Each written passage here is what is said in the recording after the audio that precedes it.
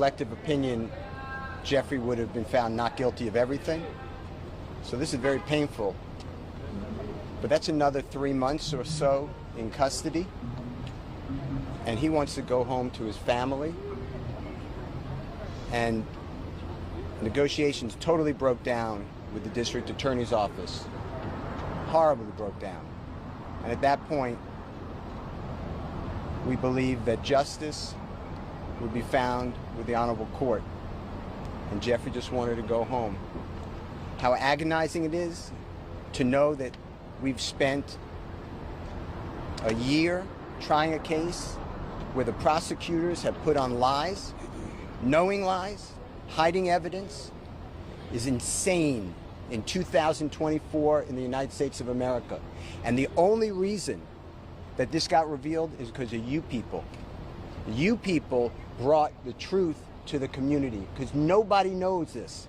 This is not the only courtroom it's happening in, and I just want to thank all of you. I especially want to thank Jeffrey for letting me represent him. I think he's a wonderful person who does wonderful things and will continue to do things even greater. I cannot express to you how Shaquille Kokomo, how Trisha Renard, how Haley, how my wife Colette, how Bram, how countless people, but especially Miss Courtney Edwards, has worked without sleep for 3 years representing Jeffrey and helping him. I will never be able to stand with anyone more ethical, honest, hardworking, insightful, intelligent, and kind than the Honorable Keith Adams. The gentleman to my left is the best lawyer in the country.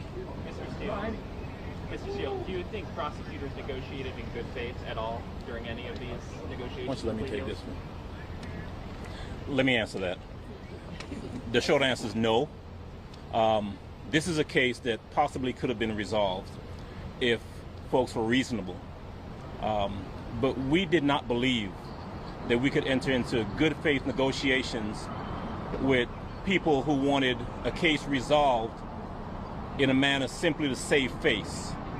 And Jeffrey Williams was not going to say things that they wrote for him, that they wanted him to say, that was their theory when it wasn't true. And so, good faith, no. I don't believe we were ever really negotiating in good faith. And you've been here the past year that this case has been on trial. You've seen the numerous motions for mistrial. You've seen the behavior of the state. You've seen the dishonesty. You've seen everything being hidden.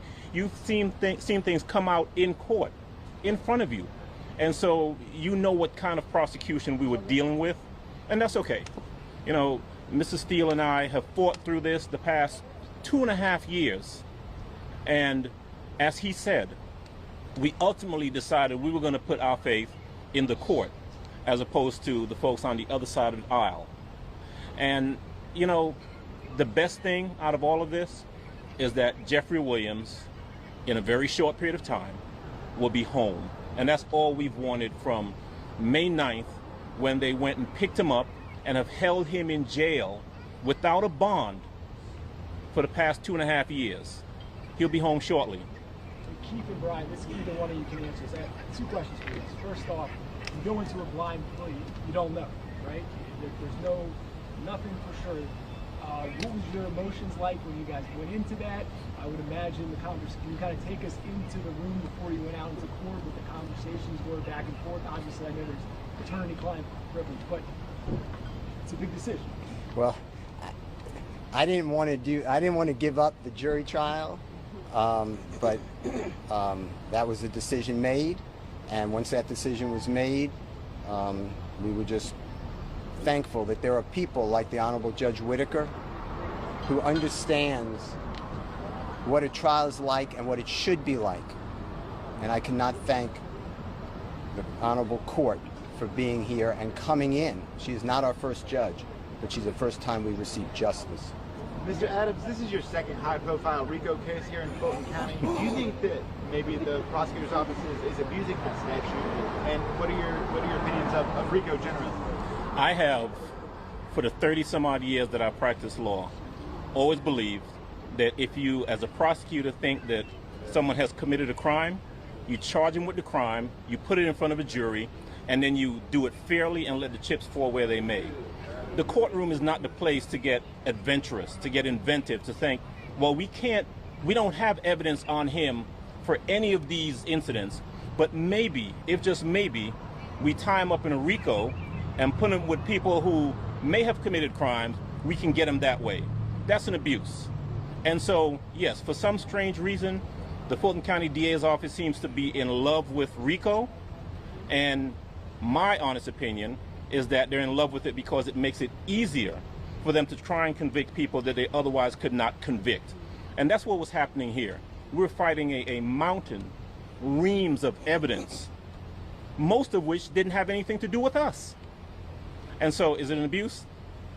I think it is. There are better ways to, and I used to be a prosecutor, right? And I can tell you that there are better ways to prosecute cases than the way this case was prosecuted. You guys obviously rejected initially what the state was going to offer. Is there some details you can give us? Because it sounds like from what you guys decided in court, I mean, it's still pretty stringent. There's a lot of different details, but what was the state asking for that you guys rejected? I'm not going to get into plea negotiations because they are privileged under statute, but it was outrageous. They would let him out of custody, but they would have a tether around him so tight that it's unconscionable. And how are y'all feeling about what the sentencing is, especially with not being able to be in Metro Atlanta except for specific parameters, and how is Mr. Williams feeling about that decision? You know, we're okay with the sentence. There comes a time in any case, if a person is sentenced, that we're out of the courtroom, and now what happens to that person is entirely up to them. Jeffrey Williams is a fantastically talented man. He is a great person. He's become a great friend over the course of the last couple of years. And he has the ability, the incentive to go forth and do everything he needs to do to put this behind him. And we're confident that he will. One of the questions you asked a little earlier was, what was that feeling like, stepping into a courtroom to do what's called a blind plea, not knowing what's going to happen? You know, it's a scary feeling for all involved. There's probably no feeling quite like that other than sitting in a courtroom waiting for a jury to come out and tell you what your fate is. But we walked in there knowing that we were in front of a fair tribunal and being comfortable that the right thing was going to happen, and the right thing did. What do you think about your client just serving as a role model? Obviously, as part of the agreement, he's going to be participating in the community, doing events, things like that. Obviously, he has a huge reach for what he does for a living. I've known Jeffrey Williams. I've defended him for over a decade. I have been with him where we go to young children, children in need, children who are going down the wrong way. And he tells exactly what he's going to continue to say. He tells everybody, this is not a good life. We have to stop the generational disaster that is plaguing the community. And although right now I'm successful, I'm a product, but every one of you can get out. And he always stresses education. Jeffrey Williams is a great person, a great role model, and he will do even better now, hopefully, if you allow him and his words to get out. As far as how Jeffrey's feeling now, he knows my feelings, which I'm not going to reveal for attorney-client privilege, but this is not the same as a not guilty verdict. That should have been rang. But nobody here wakes up every day on a concrete floor that they're calling his bed, gets up at 4:15, gets shackled at his feet, his waist, and his hands, comes to the Fulton County Courthouse to be on concrete, eating out of a bag. Doritos is his meal of choice. And then coming to a courtroom and sit there with a leg chain on him every single day and hear lie after lie. So for Jeffrey, go home today and not have another 90 days or 120 days of it, he is very happy, thankful to the Honorable Court. So to answer your question, this was not what I wanted. I don't believe that it is just, But I believe that under these circumstances, it is justice for Jeffrey Williams, and he is delighted, as are we. I'm thankful. Can I ask you were standing right next to him as he was addressing the judge. What seemed like a very sincere apology to her, or apology to the court and what happened, what has gone on. How did you feel standing next to him, knowing him for the last decade as an attorney for him, about what he was saying and what he was telling the judge? Jeffrey Williams is being truthful. That is his heartfelt feelings. He feels so bad for the loss of life, and he feels bad that people are taking his music or his social postings and making it into violence. That is all promotion. That is not a symbol of go hurt somebody. So I hope I've answered your question directly, but how I felt, I've heard that from Jeffrey over and over again. You called out a lot of challenges in this trial based on the prosecution's point. Do you have any message to, the co-counsel that for now is still on trial, or what's left of this? Oh my God, they are phenomenal lawyers, and I'm confident if you keep going, which I assume you will see some great lawyering. They don't need my help. And the truth is, they've been there with us for the past 2.5 years. They're aware of what they're up against. They are totally capable of handling it, and I presume we'll step in from time to time because, in this fight in the past 2.5 years, we've been together. So we needed something, they've been there to assist, and if they need something, we're happy to step right back in and assist. But they're great lawyers. Max Shard, Doug Weinstein, those gentlemen are in great hands. They'll be fine. I will say this. I think it is wrong, and it needs to be fixed, that an innocent man is arrested on May 9th of 2022, is denied bond, and has to plead guilty and nolo to get freedom after 2.5 years in custody. That should not happen. Nobody should be on trial. Jurors, think about what they're going through. Nobody should be on trial like this. And if Mr. Williams didn't have the resources, this never happens well for anybody. So I think it's an abuse, to answer the AJC's question. I think it's an abuse of the statute of RICO to do this to people. Is it fair to say you don't believe justice was served today? I believe that Mr. Williams is home, and I'm delighted. Justice would have been served on May 8th of 2022 if the grand jury no-billed his indictment. That would have been just. And it's wrong to be under investigation. He's been under investigation for 15 years. 15 years by task force of federal government and local government. Think about that. Think about your children doing that. And that's okay. If it's okay with you all, then we should really start moving to another country. I want to thank everybody so much for everything you do. I cannot thank you all, because without you guys, this just keeps rolling in injustice. It's got to end.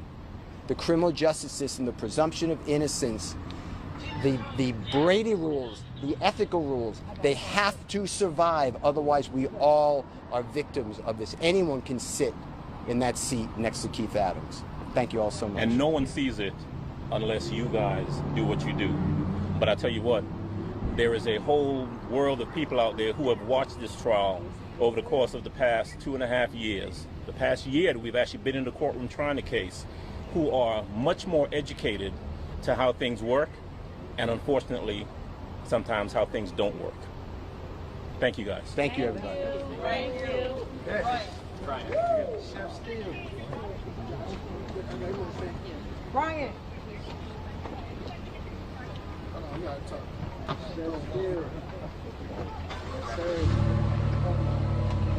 Yeah, y'all can ask me a question. I think everybody's set up. Yeah, so if you what were your thoughts when you heard that your son was going to take a plea? Well, I was kind of startled behind it, because I was in agreement with Brian and Keith. Let's keep fighting. You know what I'm saying? Let's make them continue to embarrass themselves. But at the same token, my son is I've never tried to interfere with his decisions. I just try to give him the knowledge of making the best decision that he sees fit for him. And I support it. And so what was it like? that he's going home? I feel great that he's going home. I feel great that he's going home, but at the same token, I still wanted to fight. But that's his decision. That's his decision. You know, on the other hand, I raised him to be the man that he is. You know, I've always been in his life from a pup to now. And I'm going to continue to be in his life. You know, and as an adult, he has to make his own decision. And you know, do you live here in Metro Atlanta? Yes, I do. So how does it feel to hear that he's not allowed to be in Metro Atlanta? I'm totally against that because this is where he's from. You know, and to have a district attorney take that away from him that isn't a resident from here. She's from another state. You know, and to see her take a man away from where he's from to have to go live somewhere else, that's offensive to me. I'm really offended by it. Can you talk about, sorry, I thought you were done. I was just saying, can you talk about your bond through music, and part of his conditions is that he can still make music, still do some performances. I know you said you were hoping to get back to that with him. Yeah, we're going to get back to work. You know what I'm saying? You know, we're YSL loaded. I'm YSL loaded. You know, and in order for us to get back to our normal life, we're going to have to put in some more work. We're going to have to put in a lot of work, but the work that we need to do foremost for the city of Atlanta, Fulton County, we need to get rid of the poison that's in our system, and that's the district attorney office. So vote Courtney Kramer. Courtney Kramer, I support Courtney Kramer to the fullest. I feel like she's the best person for the job, and it's not because of what she said about us. It's because she said that and she was in my company and never knew who I was. Absolutely true. What are your thoughts on his art being used against him? Not just the art, freedom of speech. Let's talk about his rights. We freedom of speech, man. You know, how can you take a person's freedom of speech and say, now we're gonna tell you how you need to talk or how you supposed to talk? You know, who would feel comfortable with? Would any of us out here right now feel comfortable with someone telling us, you confirmed from saying this? You can't say that? You know, what do the Constitution play a role at? You know, these young men, all of these young men, and some of us too, all of our rights are being violated right now because we're being dictated to on how we supposed to live, how we supposed to look, what we supposed to say. You know, we have a Constitution. When are we gonna start acknowledging our Constitution? You know, we did away with supposedly, we did away with communism. I can't tell. You know, we took down a statue. We tore up a flag. What about the laws? Let's change the laws too. You know what I'm saying? If we're gonna do away with it, let's do away with all of it. Change the law. We're in a new day and time. Let's make the laws for the new day and time. Do you think his lyrics will change now? I hope not. I wouldn't. But you know, he's behind the 8 ball right now. So we're gonna have to justify something. We're gonna have to make some justification on how we got to narrate it now. You know, and that's sad. That's sad that a man should have to do that, and that's his way of life. That's how he feeds himself. That's how he feeds his family. That's his job. And how Are are you y'all? going to meet him at Rice Street right now? Huh? Yes. Meet him at Rice Street? Definitely. So we thank you guys. We do gotta head to Wright Street. One more quick Go question. ahead. Any words that you want to wish to anybody else remaining on the case? Anything you want to say to them? Yeah, I Keep definitely fighting. want to say something to the people that's left on this case, along with the people who are waiting to be charged. Keep your heads up, keep fighting.